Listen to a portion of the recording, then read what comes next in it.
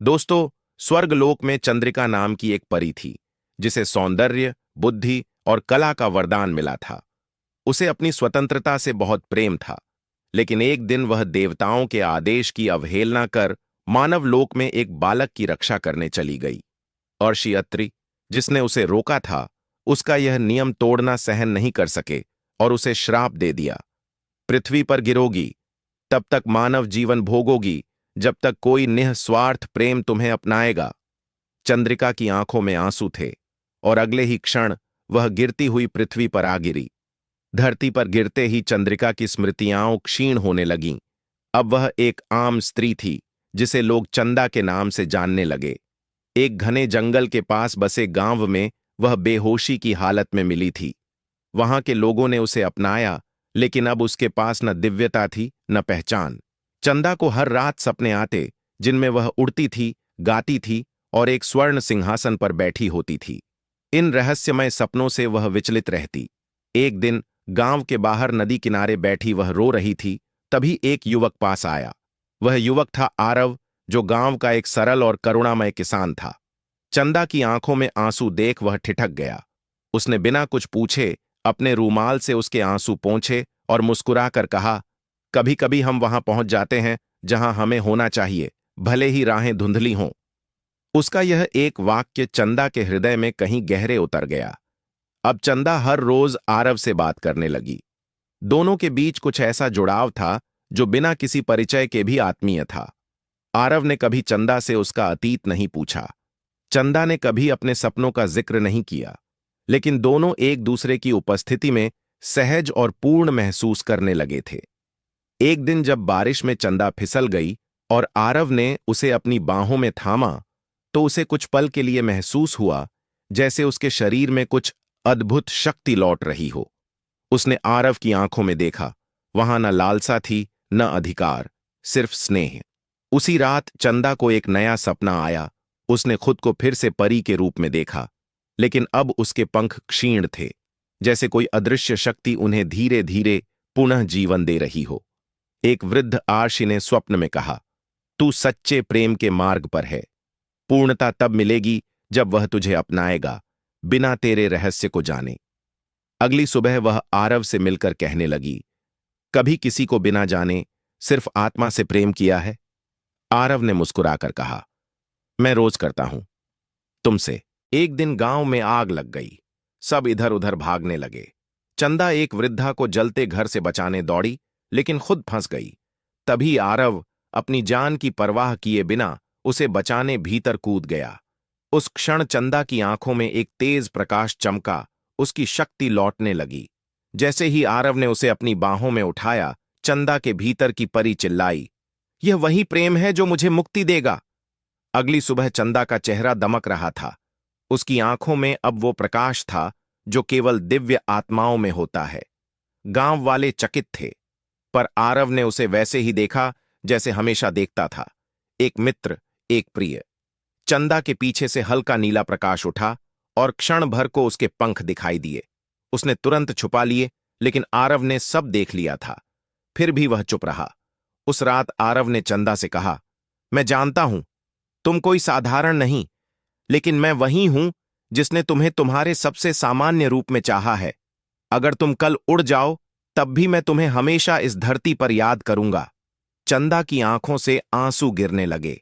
श्राप की दीवार अब एकदम चटक गई थी। स्वर्गलोक से दिव्य संगीत सुनाई दिया, तू मुक्त है। चंदा को देवदूत लेने आए। उसे कहा गया कि वह फिर से स्वर्गलोक की रानी बन सकती है। लेकिन चंदा ने नीचे देखा, जहां आरव शांत भाव से खड़ा था। मुझे उस स्वर्ग से क्या, जहां आरव नहीं। उसने मुझे अपनाया जब मैं टूटी थी, बिखरी थी। अब मैं वहीं रहूंगी जहां उसने मुझे पूर्ण किया।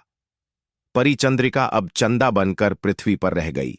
स्वर्ग ने उसके निर्णय का आदर किया और उसे वरदान दिया कि वह अब दोनों लोकों में यात्रा कर सकती है। आरव और चंदा ने विवाह किया, लेकिन यह केवल जीवन का नहीं, आत्मा का मिलन था। श्राप टूटा, प्रेम विजयी हुआ और एक परी ने यह सिद्ध कर दिया कि सच्चा प्रेम दिव्यता से भी ऊंचा होता है। अगर आप चाहें तो मैं अब हर एक अध्याय को एक विस्तृत उपन्यास शैली में भी लिख सकता हूं। बताइए, किस अध्याय से शुरुआत करें? चंदा अब एक साधारण स्त्री नहीं रही थी, न ही केवल एक परी। वह दो लोकों के बीच की जीवित सेतु थी। स्वर्ग ने उसे यह अधिकार दिया था कि वह धरती और स्वर्ग दोनों में आ जा सके, लेकिन उसके हृदय ने एक ही स्थान को घर माना, जहां आरव था। अब वह गांव में ही एक जड़ी बूटी केंद्र चलाने लगी, जहां लोग न केवल शारीरिक पीड़ा से राहत पाते, बल्कि उसकी उपस्थिति से मानसिक शांति भी पाते थे। मगर उसकी दिव्यता अब भी छुपी हुई थी। एक दिन आकाश से एक स्वर्णिम रथ उतरा। उसमें बैठा था स्वर्गलोक का एक दूत, व्यान, जो चंदा को संदेश देने आया था। स्वर्गलोक की एक शक्ति असंतुलित हो गई है, उसने कहा, और केवल तुम ही उसे संभाल सकती हो। आरव ने सब सुना, लेकिन कुछ नहीं कहा। उसने चंदा की ओर देखकर बस इतना कहा, यदि तुम्हारा जाना आवश्यक है तो जाओ, लेकिन लौट आना, क्योंकि मेरा स्वर्ग केवल तुम्हारे साथ है। चंदा रथ में बैठ स्वर्गलोक पहुंची। वहां का वैभव फिर से सामने था, लेकिन अब वह पहले जैसा मोहक नहीं लगता था। वहां की रानियां और देवदूतों ने उसका स्वागत किया, लेकिन उनके बीच उसे अजनबीपन का अनुभव हुआ। वह उस स्थान पर पहुंची जहां असंतुलन हुआ था। कामनापुंज, जो स्वर्ग की शुद्ध भावनाओं का केंद्र था, अब उसमें विष घुल रहा था। किसी ने उसे प्रेम की जगह स्वार्थ से दूषित कर दिया था।